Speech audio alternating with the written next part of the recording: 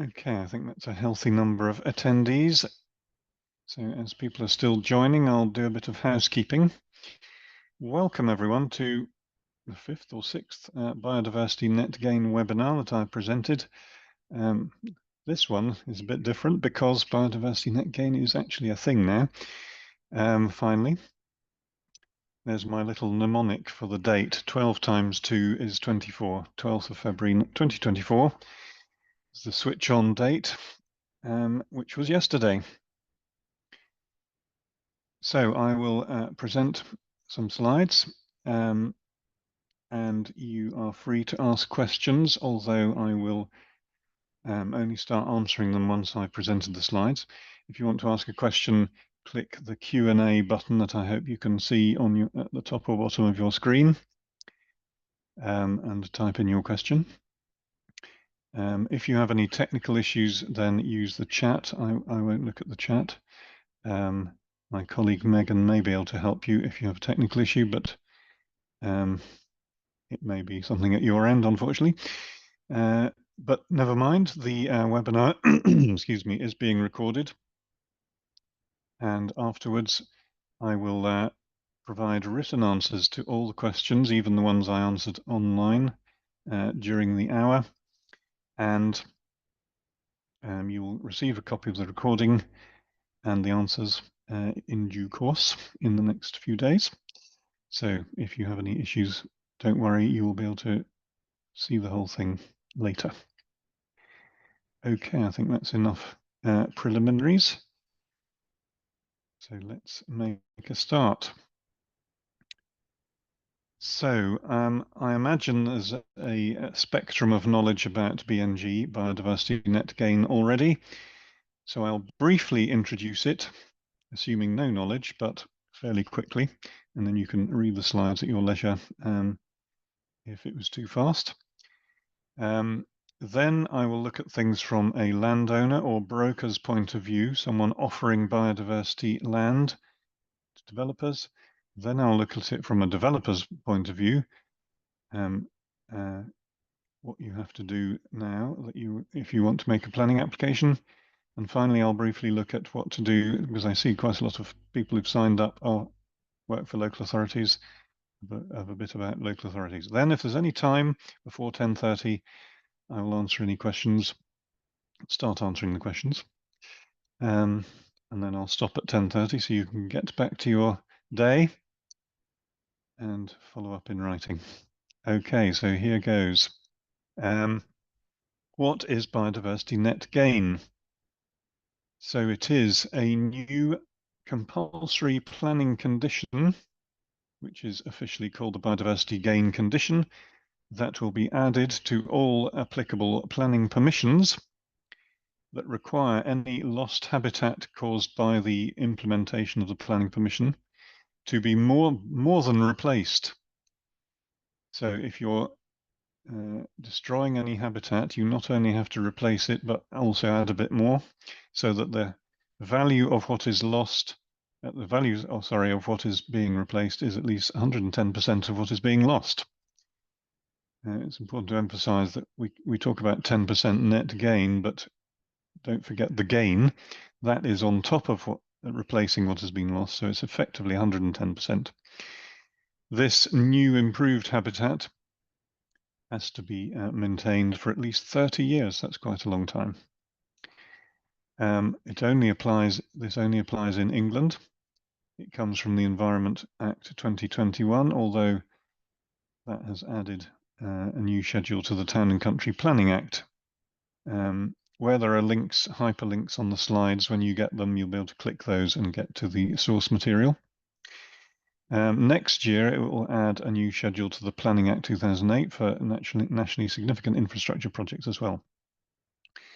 So it came into force finally yesterday for major planning applications, and that's from the date of making the application. And a major planning application is defined as one that is more than 10 houses. If it's a residential application and you know how many houses you're creating. If you don't know how many, it's at least half a hectare. And if it's non-residential, it is over 1,000 square meters of floor space. And if you don't know the floor space, it's over 1 hectare. So all those applications now have to provide biodiversity net gain. There are some future dates. So this threshold will be dropped and it'll apply to all applicable planning applications from the 2nd of April, which is in 49 days' time, 7 weeks' time. I will go into what there are still some exempt applications. I'll explain those later. It's not expected till November 2025 if you're applying for a development consent order under the Planning Act 2008.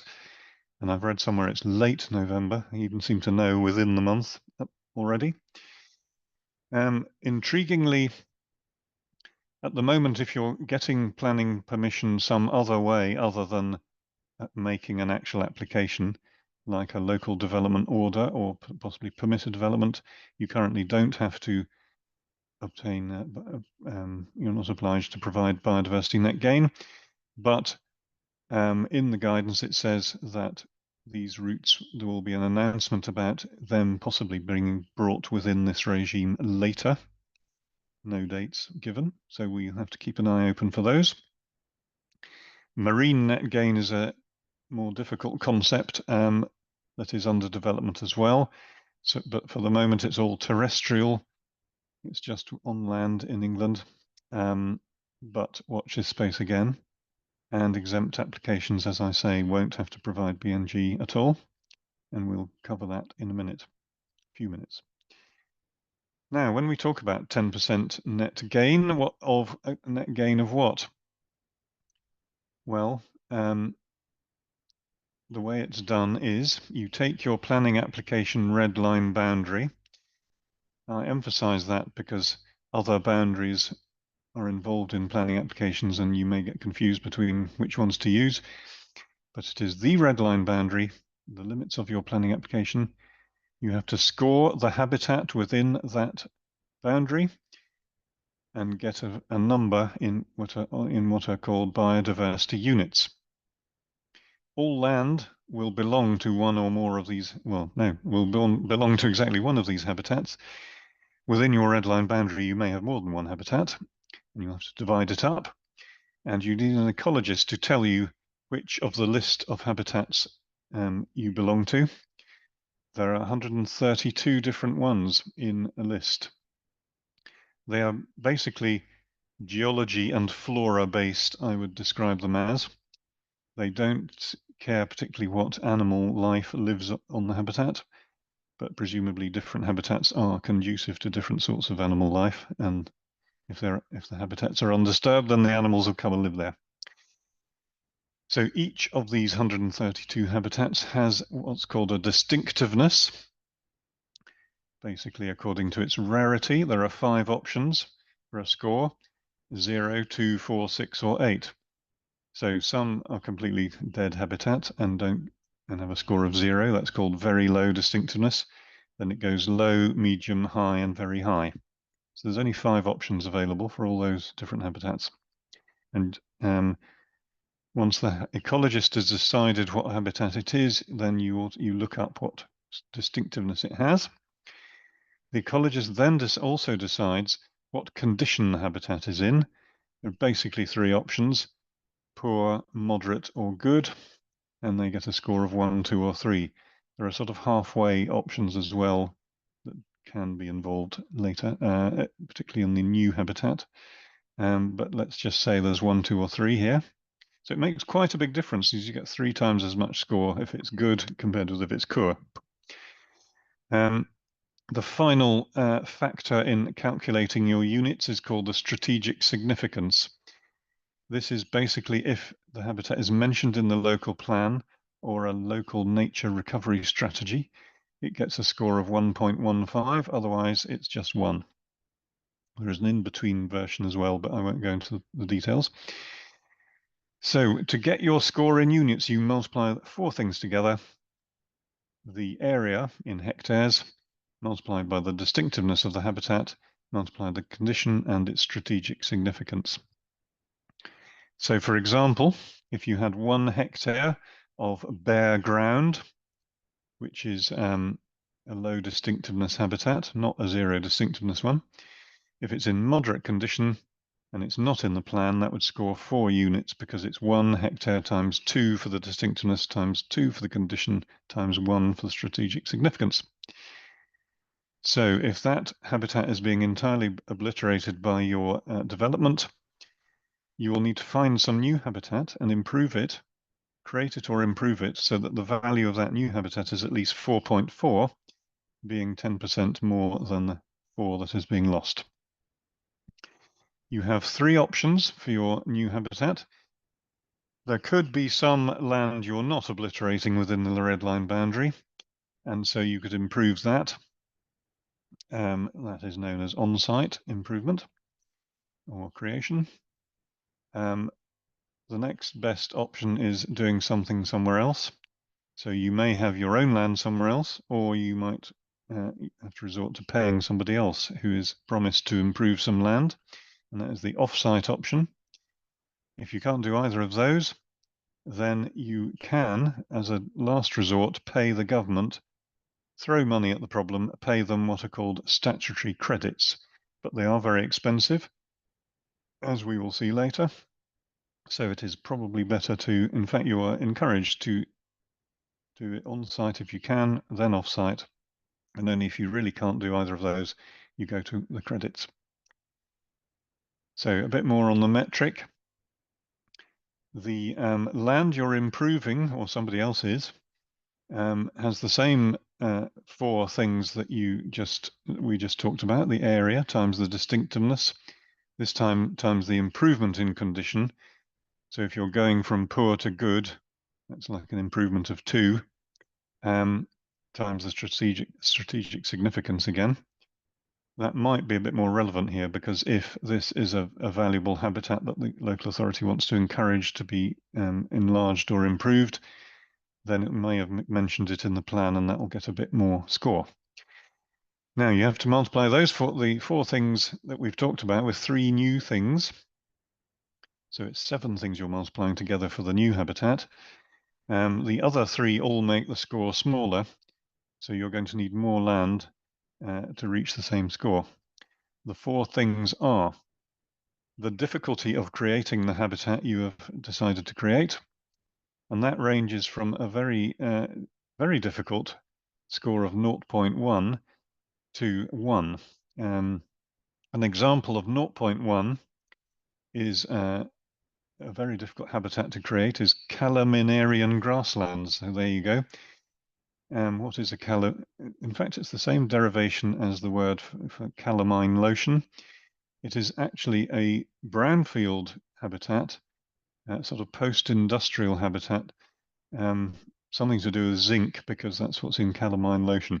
And the particular flower that grows in a calaminarian grassland is that one in the corner. But it's a very rare habitat and is very difficult to create. So you probably avoid it because you need 10 times as much land to try to create it, because your score reduces to 1/10 of what it was otherwise. An easy one to create is allotments.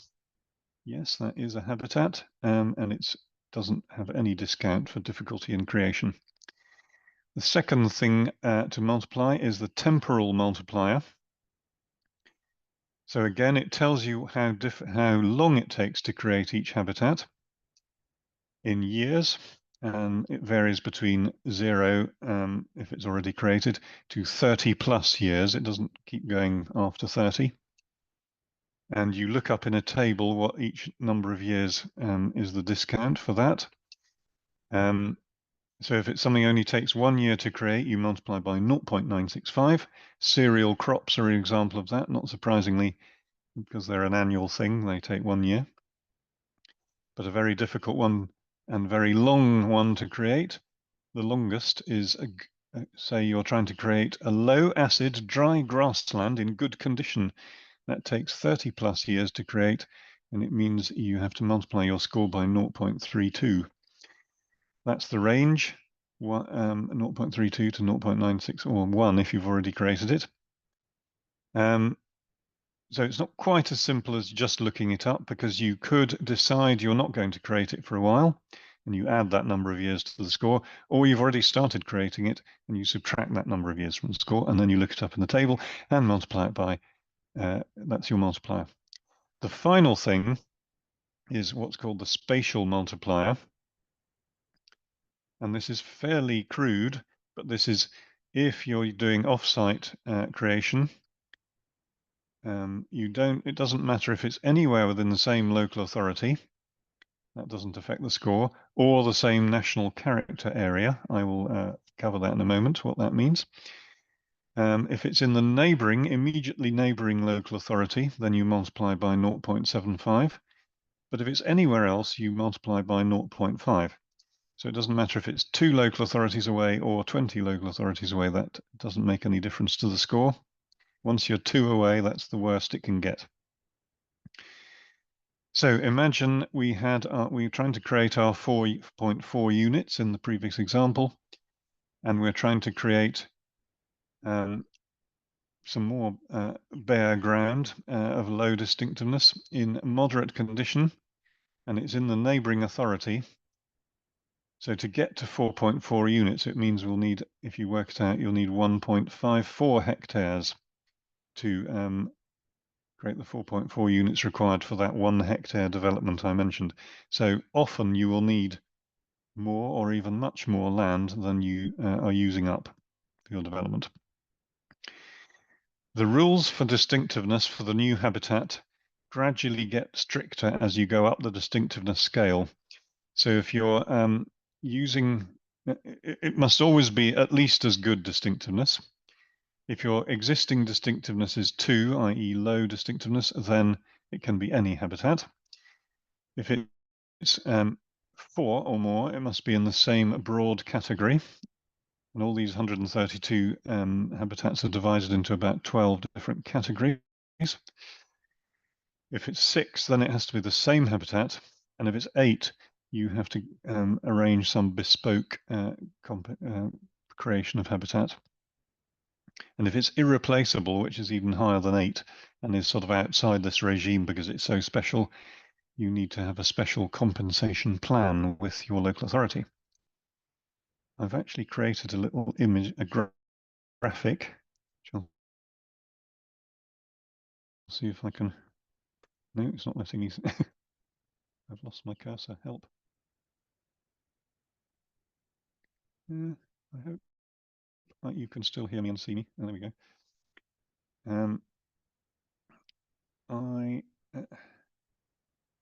if I can share this graphic. Seems to be a bit slow.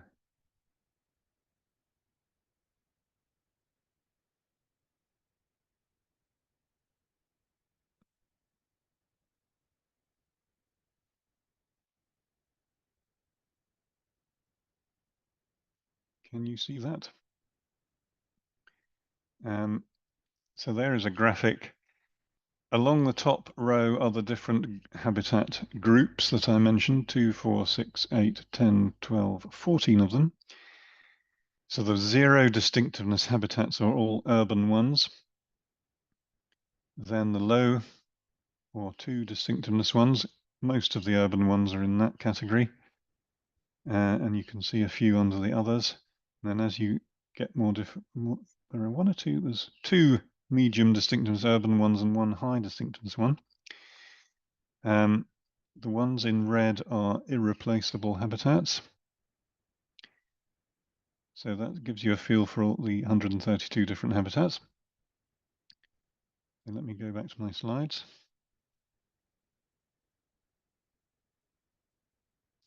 And I might be able to, I think that needs tarting up, that image in our style, but maybe we can share it at some point. I should mention you can avoid using the metric if you can agree that with the local authority, but it can only really be for very limited ecological reasons, not just because it's too difficult or too expensive to comply with. But that is a little asterisk there. Final one on the metric, these national character areas I mentioned. So the country is divided into about 150 national character areas. There's a section of a map of them. So you can see if you're in an area of very small local authorities like London boroughs, that spatial discount it'll help you if you use the national character area. So the whole of North London is one outer London national character area and one inner London one, whereas it's about 20 London boroughs. And some of them are very big, like you can start at Dover, that character area number 119, I think it's the South Weald or something, goes all the way to Guildford. So any land within that area will not have a spatial discount if your development is anywhere in there. So ironically, you can have a development in Dover and your biodiversity gain land could be just south of Ashford in that yellow area. That is 2 local authorities away and 2 national character areas away, so that would be half the score for there. But you could be all the way in Guildford and it won't get any smaller. There are actually 3 different metrics and you have to comply with all 3 of them. Do not forget this, especially if it's a rural development. We have been concentrating on the area metric, which is what I've been talking about, but the other 2 are called the hedgerow and watercourse metric. And you cannot trade between the metrics. You can't say, oh, I'm doing much more in one, and so I don't need to do less in another one. No, you have to, if you're affecting each of them, you will have to provide 10% net gain in each of them. Some useful points to note about the hedgerow and watercourse metrics. I haven't covered this in any of my previous webinars, so here's some new material. Again, they are divided into habitats, but there are only 13 hedgerow habitat types and only 5 watercourse habitat types. It's interesting to note there are none of zero distinctiveness. They all have a non-zero distinctiveness. Interestingly, there's one hedgerow with a 1 distinctiveness. That is the only habitat in all 3 metrics that has a distinctiveness of 1. How exciting. Instead of area, you use length because these don't really have an area, they're linear habitats, and you use the length in kilometers to calculate the units. So that will get a very small score, but it's very important. A 20-meter hedgerow will have a 0.02 multiplier for the length, but that doesn't mean it's not difficult to provide the biodiversity net gain. Even more importantly, with a watercourse one, don't just draw your red line boundary at the edge of the watercourse, because if it's within 5 meters of the outside of your red line boundary, or if it's a ditch, or 10 meters if it's one of the other 3 habitat types, then you still have to include that watercourse is affected because you're in the riparian zone of the watercourse. So be careful about that. If it's a culvert, though, you can draw your red line boundary just at the edge of the culvert. That's the sort of lowest distinctiveness watercourse habitat. And it is a pretty low threshold for what is a watercourse. A ditch less than 5 meters wide that is filled with water for at least 4 months of the year counts as a habitat. Okay, that's enough on the metric. Now let us imagine we are a landowner. This whole regime is basically free money for landowners. If you have some land that you're prepared to commit to creating a habitat on it and keeping it in that condition for at least 30 years, then you can offer that to developers who need off-site biodiversity net gain. So what do you have to do if you are one of these landowners? Or if you're a broker who is doing work on behalf of landowners, you must promise that you will create or enhance the habitat and maintain it for those 30 years. The promise must be contained in one of these 2 documents, a Section 106 agreement or a conservation covenant. Section 106 agreements are reasonably familiar to those in the world of planning, but actually this is a special kind of Section 106 agreement because there is no development necessarily associated with it. Most habitat creation does not need planning permission, some does. If you're just planting some seeds, then that doesn't need planning permission. but yet you will still need a Section 106 agreement. The other type of agreement is called a conservation covenant that is available, except it isn't really available at the moment, because where you enter into a Section 106 agreement with a local authority, you enter into a conservation covenant with somebody called a responsible body.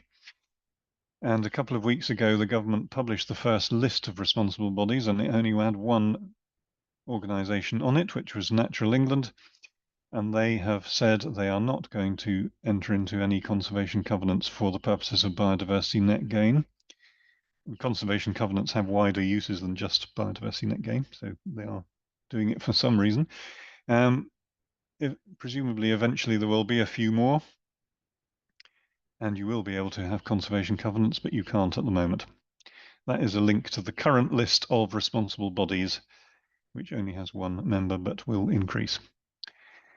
Before you can, or as a condition of entering into the Section 106 agreement, you will need a thing called a habitat management and monitoring plan, or some equivalent to that. That is a link to a template of such a plan, which sets out how you propose to manage the habitat in its new condition and monitor that it is staying in that condition, and indeed what you will do if you're failing to reach the condition or failing to keep it in the condition. It's not actually a legal requirement, but you might as well use the standard one because people will start getting familiar with that. I would recommend that. Then, once you've got your Section 106 agreement and HMMP, you put the land on a thing called the Biodiversity Gain Site Register, which I will describe on the next slide. And it costs you £639 to put land on the site register, or indeed amend an entry on the site register. That whole amount you have to pay again, so make sure you get it right first time. When you later or immediately allocate it to a development, or one or more developments, it will be £45 a pop to allocate it to a development. It's not so expensive. Once you have allocated a development, you have to start creating the habitat within 12 months of that moment. If you are going to start creating a habitat, you should obtain good evidence of what condition it's in and what habitat it's in initially. Otherwise, you can't prove that you have created or enhanced the habitat. So be careful about that. It is possible to earn money from biodiversity net gain and for other purposes at the same time. That's called stacking. Not in every case. And that link there is to some guidance on what is and isn't counted in stacking.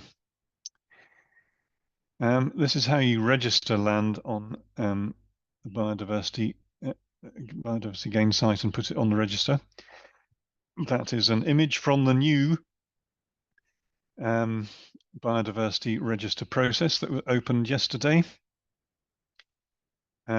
Essentially, you have to do 6 things. It says you completed 0 of 7 sections, but actually the 7th one is just, have you done all the other 6? That doesn't really count.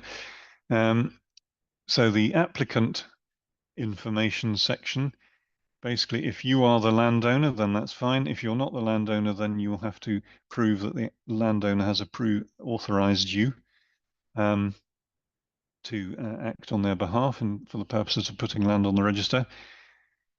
I haven't checked whether it now exists, but it didn't exist last week. There's a special form you could use, but any authorization will do. There's an authorize an agent form, which presumably became live yesterday, I hope.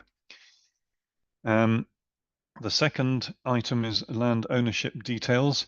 So the sort of proof of ownership of the land and possibly the land registry entry should suffice there. A map of the biodiversity gain site that you are proposing to put on the register is the next one. Then you have to have filled in the metric for this site. So that will be it'll be 6 of the 7 things, the things you multiply together. The 7th one about the spatial element, where you won't know where the development is yet, so you won't be able to completely fill the metric in. But the area, the distinctiveness, the condition, you're aiming for, the strategic significance, and the discounts for difficulty and time of creation. You can do all those. You then need to supply the Section 106 or Conservation Covenant. That needs to be actually put on the part of the application. And finally, that Section 106 or Conservation Covenant needs to be recorded as a local land charge, and you need to prove that you've done that. So once you've done all those 6 things and paid the fee, you can put your land on the register. Right, time to look at it from a planning applicant point of view. So as of yesterday, for larger planning applications, these are the legal requirements for planning application, additional to the ones that you had to comply with previously. I won't go into them in any great detail, but they're quite lengthy. This is the official planning application form. This is the new section that has been added since yesterday on Biodiversity Net Gain, slightly simpler than the legal requirements. Presumably they are now they are compliant with the legal requirements. Interestingly, in previous webinars, and because that's what it implied in previous material about Biodiversity Net Gain, it suggested you had to give some idea of how you were going to provide Biodiversity Net Gain at the time you made the application, but in fact you don't really. All you have to do is describe the habitats within the red line boundary, the existing habitats. It comes later about what you're going to do about providing the Biodiversity Net Gain. So if we briefly go down this slide, this form, first of all, do you think you have to comply with the Biodiversity Gain condition? Click yes or no. If you click no, you have to give the reason for the exemption. If you click yes, then you have to give the number of units that your on-site habitat currently scores, the date that you calculated that habitat, the number of units. If it's an earlier date that you've agreed with the local authority, please explain why. Which version of the metric was used? There is only one version. It's called the statutory metric. So I imagine you put the word statutory in there. And it even asks you what date that metric was published. And the statutory metric was published on the 29th of November last year. So presumably you're going to, for the moment, those are the only options for those 2 boxes. Then going into the second column on this screen. I've repeated that bit. Please provide the reference or supporting document names for the biodiversity metric calculation, any on-site irreplaceable habitat, and any on-site habitats existing on the date of the application for planning permission. You have to add those 3 things as documents. Does the pre-development biodiversity value and date used above factor in the loss of any on-site habitat because of activities carried out? This is a sort of degradation question. Have activities degraded the habitat on the site? You have to confess to that if it's true. And you have to say what condition the habitat was in before that happened. And then there's a final item on irreplaceable habitat. So that's all the new stuff you have to add to your planning application. Before you can get consent, that gets you all the way to consent, planning permission. But before you can commence your development, you must agree a thing called a biodiversity gain plan with the local authority. And these are the legal obligations for what must be in the biodiversity gain plan. There is a template that was updated in November 2023. It doesn't seem to have been updated since then. I looked this morning, it's still the November version. And I'm not sure that it is currently compliant with the legal obligations for what a biodiversity gain plan has in it. In particular, the bit I've highlighted there is a thing called the biodiversity gain hierarchy. And you must show that you have followed the biodiversity gain hierarchy, but it's not mentioned in the current template for the biodiversity gain plan, so perhaps that needs to be updated. What is the biodiversity gain hierarchy? Well, a bit like other planning hierarchies, they are a sequence of choices that you have to go down and exhaust before you can go on to the next one. So it's worth having a look at those. Avoidance of impacts on on-site habitat of distinctiveness for and over. So that's the first thing you have to do. Avoid any impacts at all if you have any of those on your site. Note that in the draft regulations that used to say 6 or over, and they've reduced it to 4 in the actual regulations. Then if you can't avoid impacts on those habitats, you have to mitigate impacts on such habitats, is the next thing. Then if you can't do those, or there aren't any habitats of distinctiveness for or over, this is the first item you come across, is enhancing on-site habitat. Then you look at creating new on-site habitat. Interestingly, enhancement is better than creation for the purposes of the hierarchy. Then off-site habitat. Doesn't matter whether that's creation or enhancement, apparently. That doesn't make any difference in the hierarchy. And finally, resorting to purchasing credits. Now, it is up to local planning authorities to decide if you have followed this habitat properly, i.e. how hard you should try to comply with an earlier item in the hierarchy before you go on to the next one. So a bit more on on-site habitat. First of all, if you have a choice of site, what habitat is on it is very important, because it'll cost a lot more money if you need to provide BNG for a higher distinctiveness site than for a lower one. So factor that in very early in your thoughts. It is best to include any untouched on-site habitat from the red line boundary, i.e. thereby not making it on-site. Or you will still need, although that will count for the 100% of the habitat, you will still need that extra 10% to get the gain. So I expect many planning boundaries will have holes in them from now on.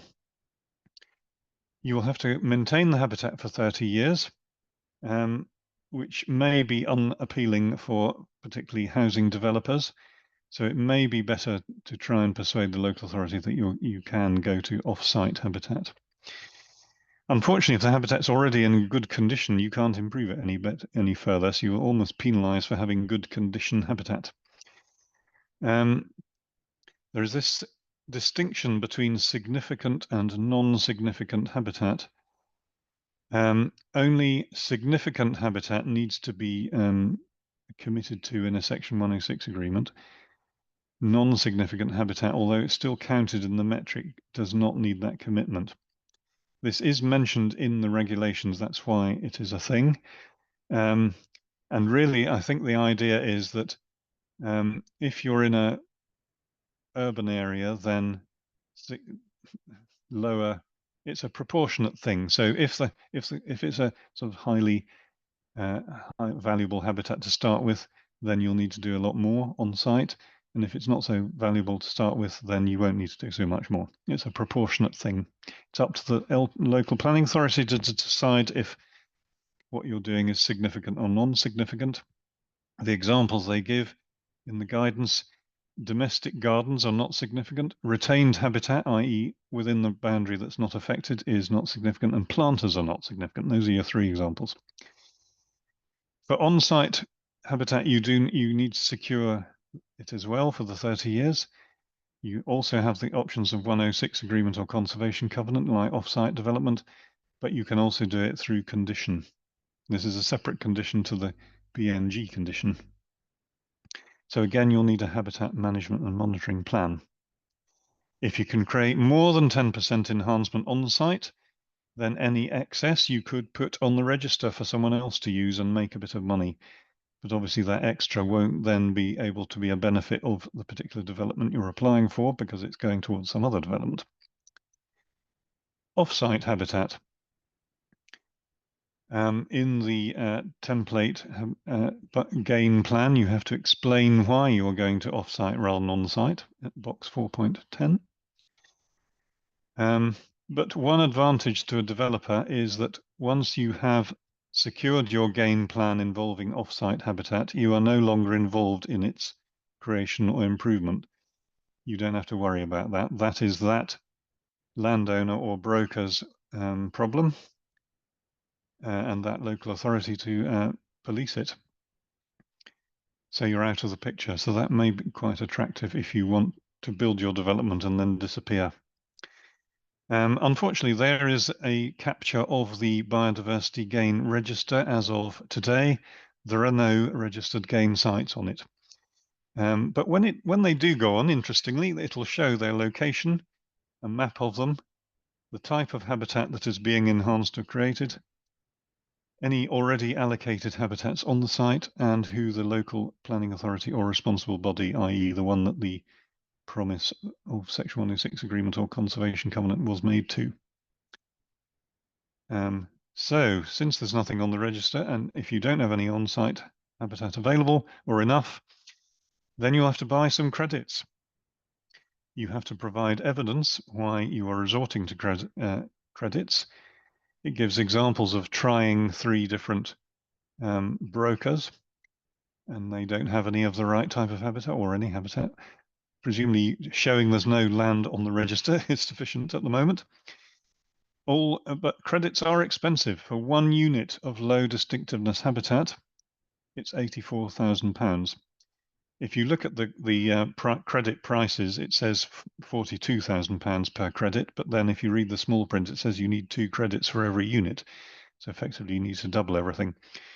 Medium distinctive habitat varies from 84 to 250,000, depending on what habitat it is. High distinctiveness, 84 to 1.3 million. A peat lake being an example of the very highest one. Very high distinctiveness and irreplaceable habitat cannot be offset by paying credits. You do have to create the new habitat. So what these credits do, apart from costing you a lot of money, if you actually have to pay them, they are a ceiling for the cost of off-site habitat, because if anyone's charging you more than the credit price, you can just buy the credits. They also are a useful indicator of the relative prices that off-site habitat is likely to cost. If you look at the range of different types of habitat, then presumably the off-site habitat prices will be in that range. Similarly, the lower credit prices will correspond to lower off-site prices. Okay, I mentioned that some applications are exempt, and here are what they are.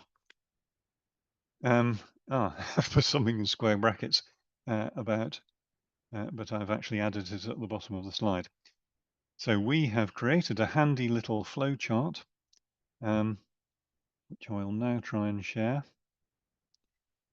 A questionnaire, if you will, on our site, which is linked at the bottom of that slide. So you can, are you making a planning, are you getting permission by making a planning application or some other way? So let's say, yes, I am making a planning application. Is this a householder application? If I say yes, it'll say I am exempt, because householder applications, which are defined in planning legislation, you can click on that link to find the definition. But let's assume we're not a householder application. Are we creating a biodiversity gain site with our application? If we are, then we're exempt. You can imagine that it would be a bit silly to have to provide biodiversity gain on top of a biodiversity gain site itself if it needs planning permission. So they are exempt. Another interesting exemption is if you're applying for temporary permission and the loss of habitat will be fully restored within 2 years, then you don't have to provide biodiversity net gain. So that's for temporary permissions. Obviously, only some habitats can be recreated within 2 years. And then, of course, you've got the time that you're creating your development and using it as on top of that. So there aren't that many habitats that will be eligible for this particular exemption. But let's say no. So then we get into the small or large application threshold. So let's say, is it a residential development? Let's say yes. Do we know how many houses it's for? Yes. Is it fewer than 10? If you say no at the moment, then we get to the final exemption, which is possibly the most important one. The following all need to apply. There is no priority habitat impacted. So again, there's a link to click there, which tells you what priority habitat means. It's roughly a habitat of distinctiveness 6 or 8, but unfortunately, it's not exactly the same. I wish they'd made it more clear cut, but because priority habitat is an older definition than the Biodiversity Net Gain regime, so you have to look that up. Is there less than 5 meters of hedgerow impacted by your development? Is there less than 5 meters of watercourse impacted by your development? And remember, you might impact a watercourse even if it's outside your red line boundary, depending on how far away it is. And finally, is there less than 25 square meters of habitat of non-zero distinctiveness within your red line boundary? That final one is the most likely exemption that will avoid BNG. So you need at least 25 square meters of non-zero distinctiveness habitat being impacted. So if it's staying the same, then that doesn't matter. It's got to have a lower score afterwards. It doesn't have to be completely obliterated. It just has to have a lower score than its current score in units.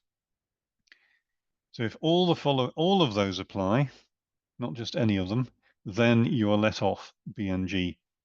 But if they don't all apply, then mandatory BNG will apply. So that's how that's all going to work. I have captured it on the slide, which I will now go back to sharing, the same list, all on there. And there's a link to the questionnaire at the bottom. Okay, your final slide is on local authorities. So you've got rather a lot to do, I'm afraid, local authorities. First of all, you may have some policies already about biodiversity net gain that were not mandatory before mandatory BNG came in. Although I've seen surveys of how many local authorities have such policies, and there aren't that many, in fact. Only about 20% of local authorities have such policies. But it might be a good idea to review them, that they are compatible with the mandatory BNG obligations. You can have policies that are stricter than mandatory BNG, but it'd be useful to make sure that they say roughly the same thing and maybe add a bit of strictness on top of the mandatory obligations. When applications are made, you will need to decide if they are truly exempt for BNG or not, according to the previous slide. So you might need to check the exemption, particularly if the applicant is relying on the I've got less than 25 square meters of non-zero habitat impacted exemption. Don't necessarily take their word for it. So if they aren't exempt, then you'll have to have all that extra information in the application that you'll need to process. You may need to check applicants' metric scores. Again, they will have provided a score. Maybe you need to do some sort of auditing of that. So maybe you'll need some either in-house ecology expertise or external expertise.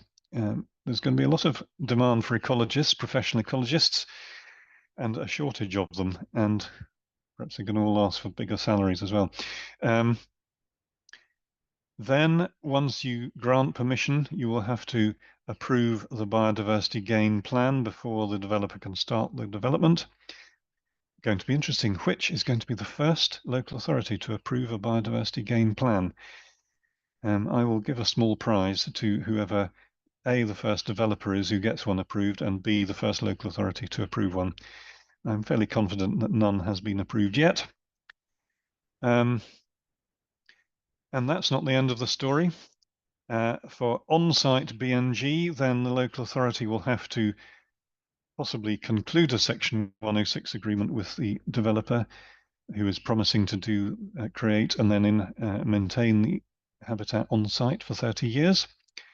So you have to conclude that agreement and then monitor that that is being done for those 30 years. If you are the local authority for some off-site biodiversity gain, then you will have to, well, unless it's a conservation covenant, for the moment it will definitely have to be a Section 106 agreement. You will have to conclude the agreement with that landowner and then monitor that they are creating the habitat on time and they are maintaining it for 30 years. And that might be for a development that's in some might be in your local authority area or might be in some other local authority area. There are policies being developed and some in place for higher than 10% BNG. A couple of local authorities are going for 30%. Some have already gone for 20%. Most of the rest have 10%. Some even have, I've heard of one that has a different percentage depending where in the local authority you are. If you're in the urban core of the authority, it's going to be 20%, and if you're anywhere else, it's going to be 10%. So those are the sort of things that local authority policies are either already have or are looking into. Another policy is that any off-site biodiversity gain land must be within the local authority area.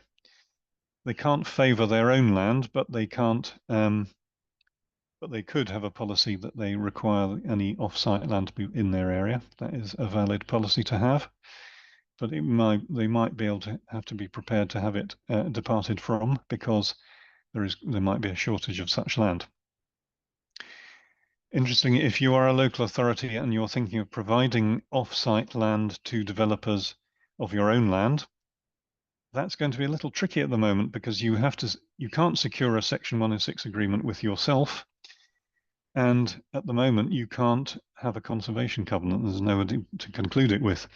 So until there are responsible bodies that aren't you, you will have to create some sort of special purpose vehicle company that is responsible for this off-site land that then enters into a Section 106 agreement with you. So that's got a bit unnecessarily complicated from the lack of responsible bodies. I do suggest that in any Section 106 agreements, you put monitoring costs in there.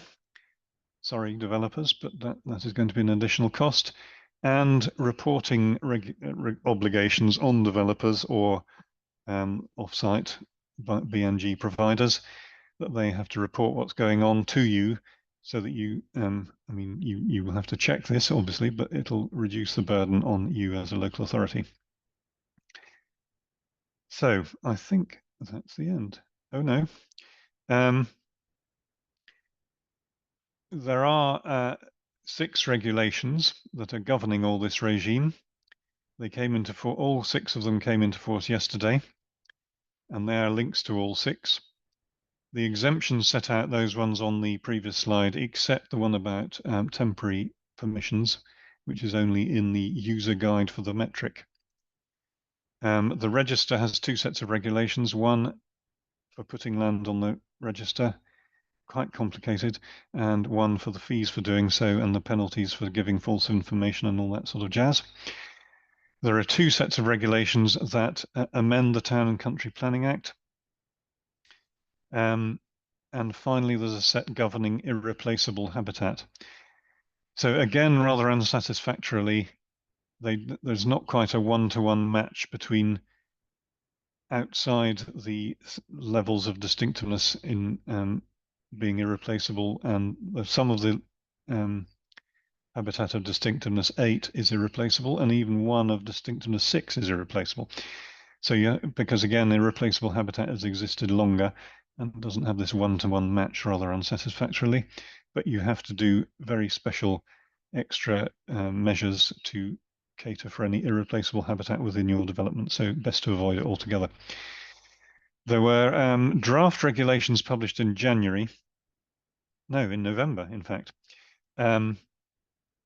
And 5 of them haven't changed, hardly changed at all since the draft. but the second TCP amendment ones did change quite a lot.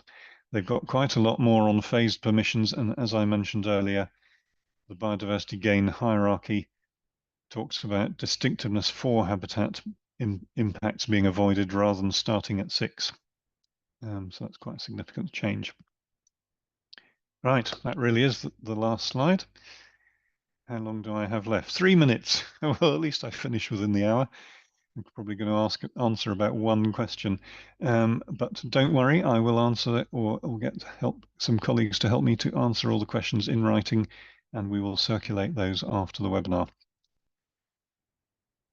Is there a minimum amount of BNG that must be delivered on site? I saw 10% mentioned. The 10% BNG is the overall obligation, whether it's on-site or off-site, or a bit of on-site and a bit of off-site. So there's no minimum on-site. You do have to try on-site at least, but it could all be off-site, or even if there's no off-site land, you could fulfill the entire thing through credits if that's the only option.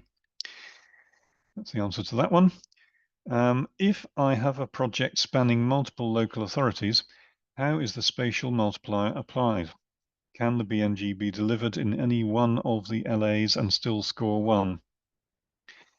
I would look at the national character areas to see if you can, the spatial metric, see if it's all in the same national character area. If you're right next to the boundary of a local authority, you'd be pretty unlucky if it's also in the boundary of a national character area, but it is possible.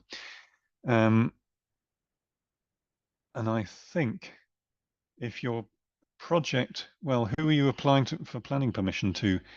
If you're applying separately for the 2 bits in the 2 different local authorities, then each one will have to be calculated separately.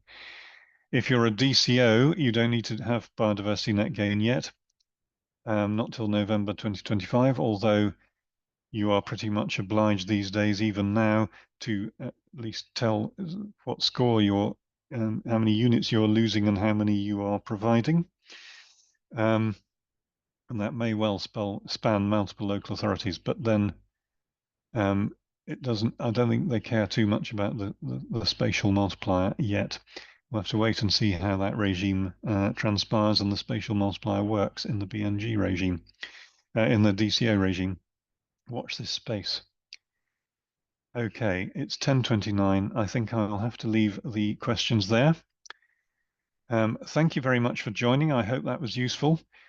Please do get in touch if you have any questions, or particularly if you need any legal advice on the BNG regime.